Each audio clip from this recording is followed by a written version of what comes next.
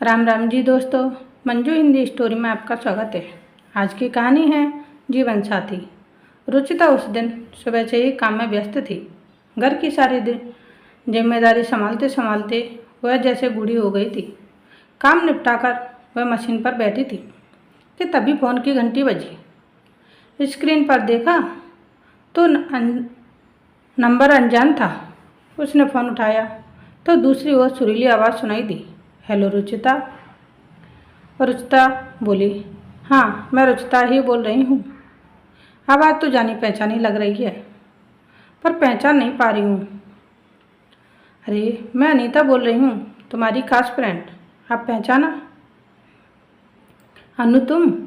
इतने सालों बाद तुम्हें मेरी याद आई। अनु, तुम्हें कैसे भूल सकती हूँ, तुम तो मेरे दिल में हो। ऐसा एक भी दिन नहीं गया जिस दिन तुम्हें याद ना किया हो। सुन, हम जल्दी ही मिलने वाले हैं। एक खुशखबरी देने के लिए तुम्हें फ़ोन किया था। अपने कॉलेज में रियूनियन है। अपने बैच के सभी लड़के लड़कियों को मिलना है। तुम आओगी ना? रुचिता, देखती हूँ यार, घर में मम्मी से पूछकर शाम को बताती हूँ। अनु, ठीक है, आने की कोशिश करना। चलो, फ़ोन करना मत भूलना। रुचिता मशीन की सुई में धागा डालते डालते कॉलेज के दिनों में पहुंच गई। 1 से 12वीं तक एक ही स्कूल में पढ़ी थी। जब वह 11वीं में आई, एक नया लड़का उसके क्लास में आया। बहुत ही हैंडसम, जैसे फिल्म का हीरो देख लो। पहले ही दिन से लगभग सभी लड़कियां उसकी दीवानी हो गई थीं। उनमें रुचिता भी थी। वह जितना खूबसूरत था उतना ही प्यारा उसका नाम भी था, ऋत्विक, जो सुनते ही मन को भा जाए। सभी लड़कियां अपने मन की बात एक दूसरे से करती, पर रुचिता ने अपने मन की बात अपने मन में ही दफन कर ली थी। उसके घर के सभी लोग रूढ़िवादी और सख्त थे। अगर उसने कभी भूल से किसी लड़के की नोटबुक ली हो या किसी लड़के को अपनी नोटबुक दी हो और घर वालों को उसका पता चल गया हो, तो उस दिन घर में बवाल हुआ ही था। इसलिए रुचिका लड़कों से बातचीत तो दूर की बात थी, उनकी ओर देखती तक नहीं थी।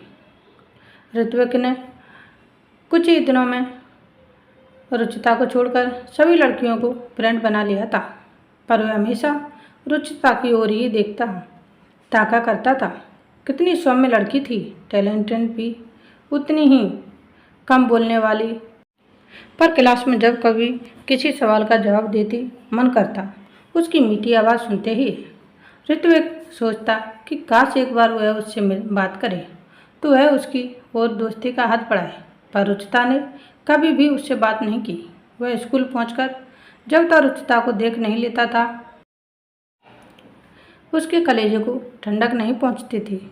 रुचिता के मन की भी यही हालत थी, पर वह किसी से अपने मन की बात कह नहीं सकती थी। स्कूल का एनुअल फंक्शन था।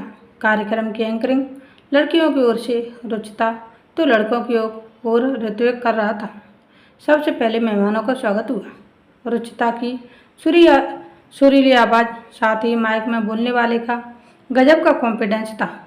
उसका एक एक वाक्य शायरी की तरह लगता था, जिस पर तालियों की गड़गड़ाहट गूंज उठती थी। बोलते बोलते रुचिता और ऋत्विक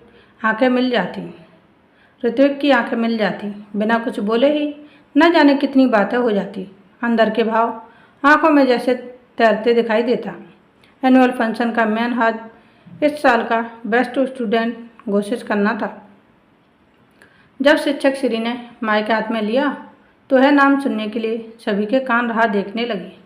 तभी नाम की घोषणा हुई। वह इस साल के बेस्ट स्टूडेंट का अवार्ड रुचिता मेहता के हिस्से में जाता है।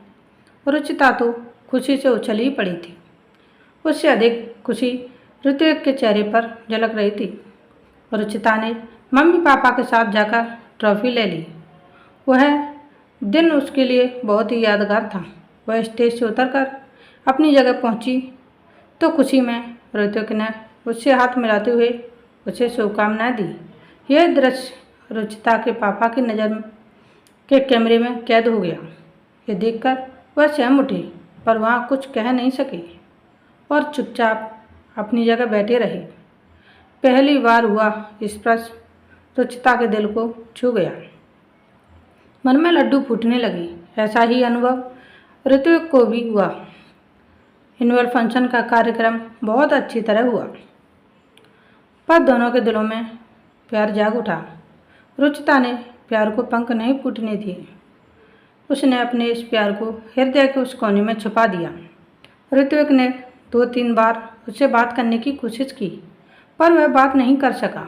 परीक्षा नज़दीक थी, इसलिए वह पढ़ाई में व्यस्त हो गया।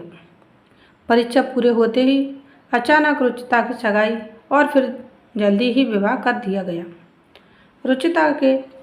रुचिता से प्यार करने की बात ऋत्विक ने अनीता से बताई और उसे देने के लिए एक चिट्ठी भी दी।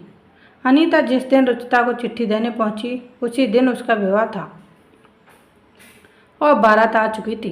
अनीता सीधे रुचिता के कमरे में पहुंची और दरवाज़ा बंद करके बोली, रुचिता, तुमने अपने विवाह की बात मुझे नहीं बताई, निमंत्रण तक नहीं दिया। आंखों में आंसू लाकर रुचिता बोली, क्या करूं यार, मेरे पापा के स्वभाव के बारे में तो तुम्हें पता ही है। मुझे घर से बाहर नहीं निकलने दिया गया। मुझे भी पता नहीं कि मेरा विवाह इतनी जल्दी क्यों किया जा रहा है। इतना कहकर रुचिता अनीता के गले लगकर रोने लगी। रुचिता, मैं तुम्हारी खास सहेली हूँ। अपने दिल पर हाथ रखकर सच सच बताना, तुम ऋत्विक से प्यार करती हो? हाँ, करती थी। जिस दिन से देखा था उसी दिन से उसे चाहने लगी थी, पर आज मैं उसे किए प्यार को अपने दिल में दफन कर रही हूँ। मेरे घर में प्यार शब्द का उच्चारण भी अपराध है।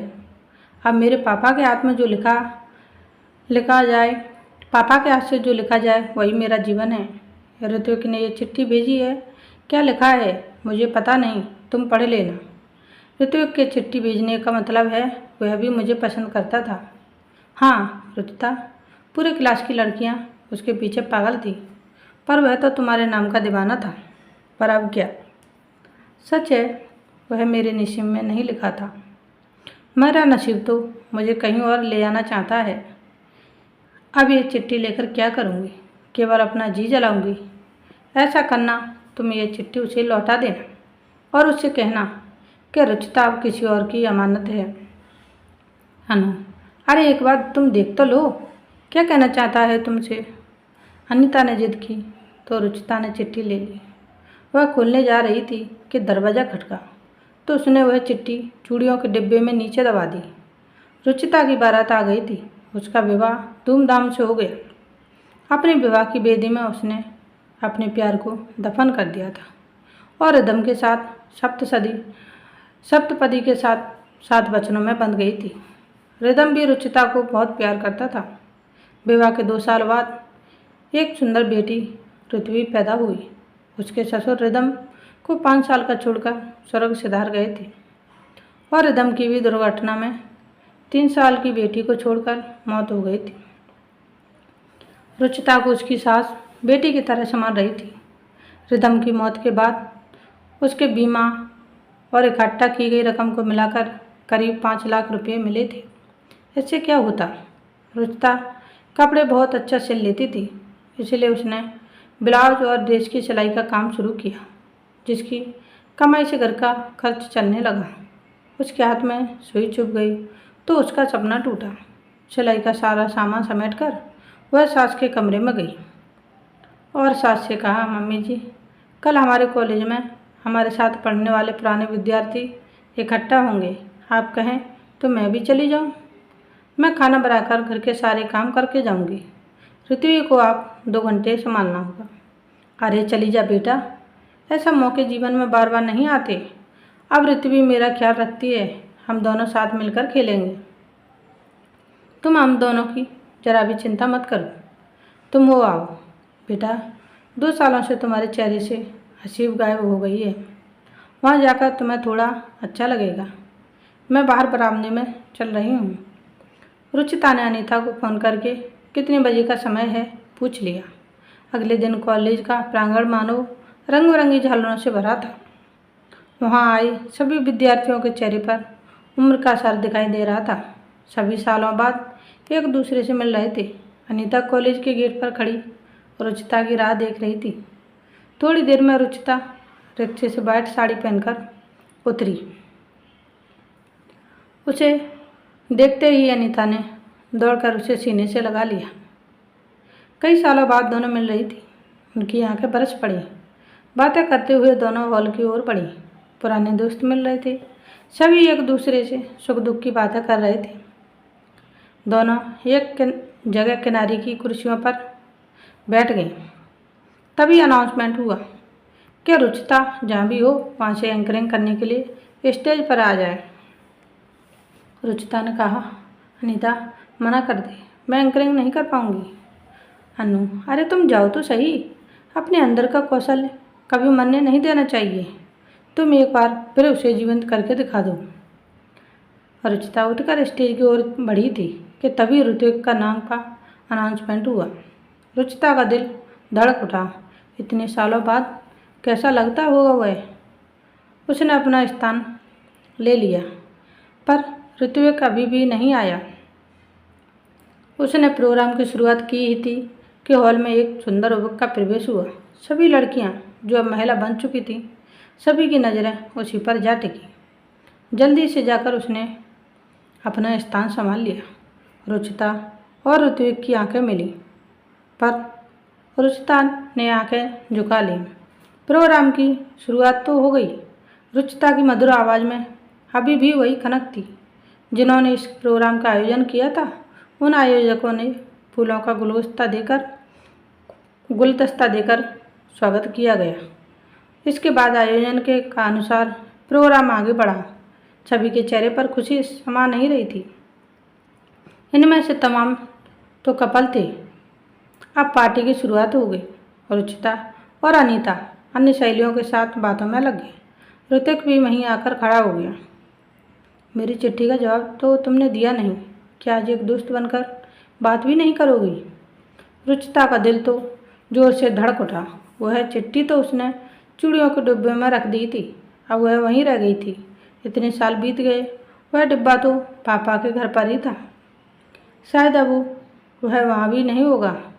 उसे एसी में भी पसीना आ गया। ऋतिक ने रुमाल देते हुए कहा, लो पसीना पोंछ लो, मैं तुम्हें कोई सज़ा नहीं दूंगा।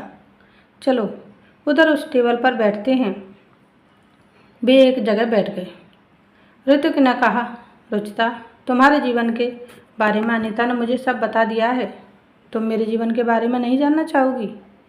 रुचिका, जानना तो बहुत कुछ था, पर किस्मत का खेल तो देखो, कहाँ से कहाँ ले जाता है। तुम्हारा सुखी संसार होगा, शायद एक दो बच्चे भी होंगे। तुम हैंडसम हो, इसलिए तुम्हारी पत्नी भी सुंदर होगी। ऋत्विक, मेरा एक बेटा है रुचित, पर अब उसकी माँ इस दुनिया में नहीं है। यह कहते हुए ऋत्विक की आंखें भर आईं। जिंदगी भी रेल की पटरी जैसी है, कभी कहाँ सीधी चलती है। जिंदगी भी कितने मोड़ लेती है, तब पूरी होती है।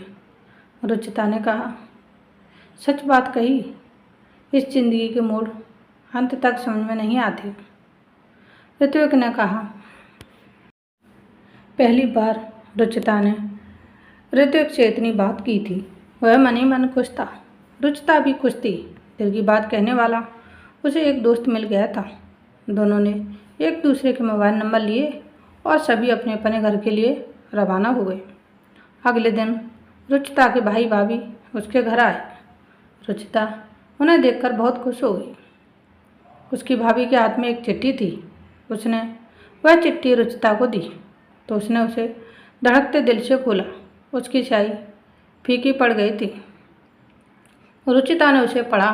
रुचिता, तुम्हें देखते ही पहली नज़र में मुझे प्यार हो गया है, परंतु अगर मैं तुम्हें पसंद नहीं हूँ तो मैं उस प्यार को अपने दिल में ही रखूँगा, क्योंकि मैं जिसे प्यार करता हूँ उसे हमेशा के लिए खुश देखना चाहता हूँ।